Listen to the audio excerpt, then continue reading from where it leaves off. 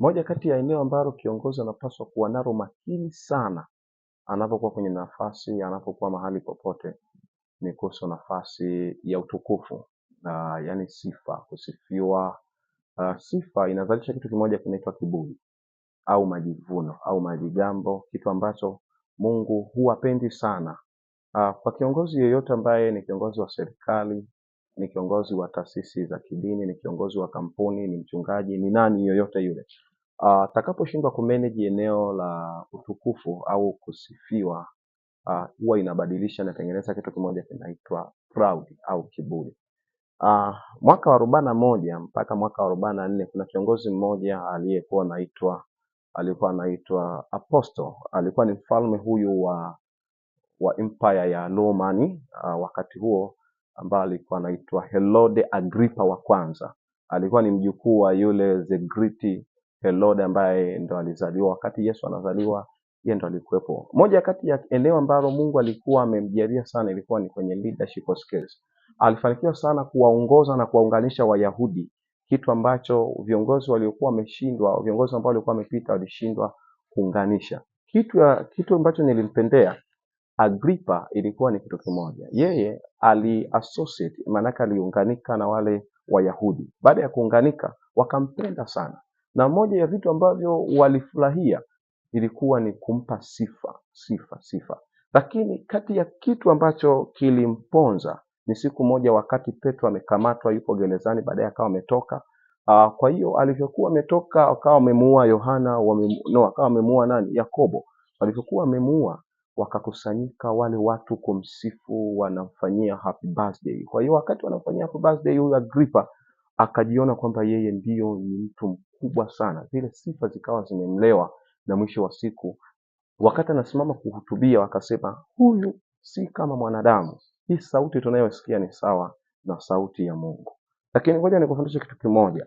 Mwaka huo wa 41 au mara nyingi katika taifa la Roman Empire, wakati wa vita ikitokea, kuna mtu mmoja jemedali anapokuwa ameshinda vita, huwa kuna namna wanaandaa mtumwa mdogo kabisa, ambaye wakati wameenda kwenye vita wakishashinda, wanaandaa mtumwa baada ya kumaliza, na wanaandaa sherehe.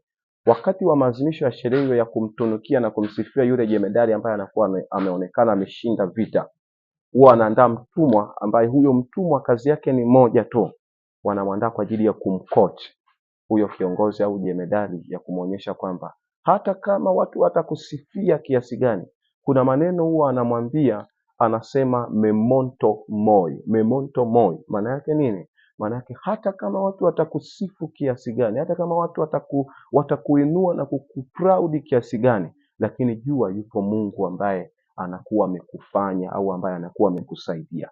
Na hii ilikuwa ni kochi ya kuwasaidia majemedari kwamba wanapojiona ni bora sana, wanapojiona ni watu wakubwa sana, lakini wanapaswa kukumbuka ya kwamba yupo anayestahili utukufu au yupo anayestahili kusifiwa. Kwa hiyo katika eneo kubwa ambalo viongozi wanapaswa kuzingatia sana ni eneo la utukufu, eneo la kusifia, eneo la proud. Ukishaona kiburi kimeinuka ndani yako, kiburi ni nini? Kiburi kinakufanya unajiona maana yake wewe ni very unique, huwezi ukasikiliza wengine. Yaani unaona wewe ukifanya jambo hakuna mwingine ambaye anaweza akafanya. Kwa hiyo moja ya kati ya eneo ambalo unapaswa na ni la msingi sana, linaweza likakusaidia kuweza kumanage na kuendelea kuwa mtu mkuu sana katika eneo la uongozi, ni kumanage eneo la proud. Mungu anaweza akashare na wewe kila kitu, lakini utukufu hawezi kushare na wewe. Kwa hiyo ukishinda kiburi, kitu ambacho kitakusaidia ni kunyenyekea. Wakati watu watakapokusifu na kukuinua wewe, kitu ambacho unapaswa kufanya ni kuendelea kusubmit, endelea kunyenyekea. Unamwambia yupo Mungu anayestahili utukufu. Yupo Mungu anayestahili utukufu.